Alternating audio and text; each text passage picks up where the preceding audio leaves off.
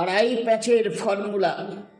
ওপাং দিদি গো ঝপাং করে এলে তুমি এপাঙে, ভাবলাম সকলে মোরা ঘটির দেশে, এবার সব হয়ে যাবে ঠিক ঝপাং ঝপাং করে। যদিও কেটে গেছিল ইতিপূর্বে তিনটে দশক পটাং করে শিক্ষার গলায় লাল ফিতে পরিয়ে, বিশাল অঙ্কের পগার বাড়িয়ে, শিক্ষক শিক্ষিকাদের ছেঁড়া ফাটা ধুতি শাড়ি ছাড়িয়ে তাদের সাহেব সাহেবা বানিয়ে, গলায় স্লোগান ঢুকিয়ে চলবে না চলবে না হবে না হবে না বুর্জুয়া শিক্ষার ব্যবস্থাপনা খুঁটিয়ে দিয়ে সোনাঝরা দিনের শিক্ষার ধারা পাঠিয়ে দিয়ে থর মরুদেশে মরীচিকার গভীরে। পড়ানোর বদলে মাসে মাসে মোটা মাহিনা নিয়ে, ভোটমাস্টার ট্রেনিং নিয়ে 3টে দশক কাটিয়ে দিয়ে ভাবলো এবার কি হবে। যাই হোক তাই হোক, ওপাং দিদি এলো দেখি এপাঙে আশার ঝোলাটা নিয়ে।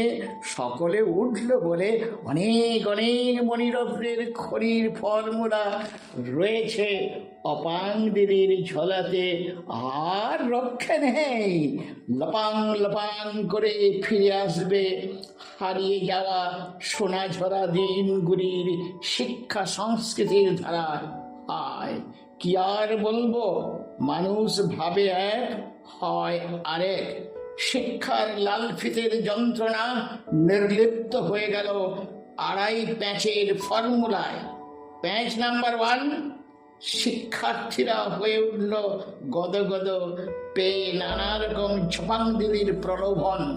প্যাচ নাম্বার 2, লক্ষ লক্ষ অর্থের বিনিময়ে মূর্খরা বহাল হলো সোনার জলমাখা ঝকঝকে পণ্ডিত আর পণ্ডিতানিকে।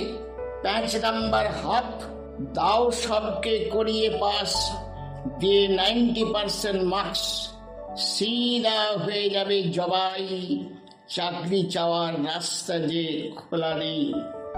কবর থেকে উঠে আসা ভূতগুলো নাকি কণ্ঠে উঠবে বলে, ও লোপাং দিদি, রবি ঠাকুরের ওই গানটা গাও না গো, এই করেছো ভালো নিঠুর, এই করেছো ভালো, দিয়ে লম্বা বাঁশটা চুপসে দিয়ে নিভিয়ে দিয়ে সোনা ঝরার আলো।